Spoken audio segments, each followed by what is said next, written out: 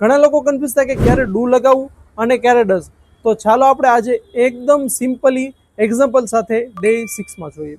જ્યારે પણ આઈ, વી, you, they અથવા તો કોઈ બહુવચનવાળું નામ હોય તો તેની સાથે ડુ લાગે. જેમ કે હું મારું કામ કરું છું તો આઈ ડુ માય વર્ક. તમે તમારું કામ કરો છો તો યુ ડુ યોર વર્ક. તેઓ તેમનું કામ કરે છે તો ધે ડુ ધેર વર્ક. અને અમે અમારું કામ કરીએ છીએ તો વી ડુ અવર વર્ક. હવે વાત કરીએ ડઝની. ડઝ હી, શી, ઈટની સાથે લાગે અથવા તો કોઈ એક વચનવાળું નામ હોય તો તેની સાથે પણ લાગે.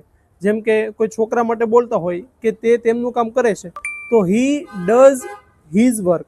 કોઈ છોકરી માટે તો શી ડઝ હર વર્ક.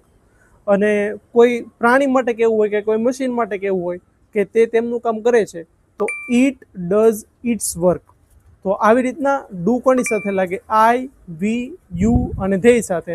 અને ડઝ કોની સાથે લાગશે? તો કે હી, શી, ઇટ સાથે. તો આવી રીતના ઇંગ્લિશ શીખવા માટે તમે મને ફોલો કરી શકો છો.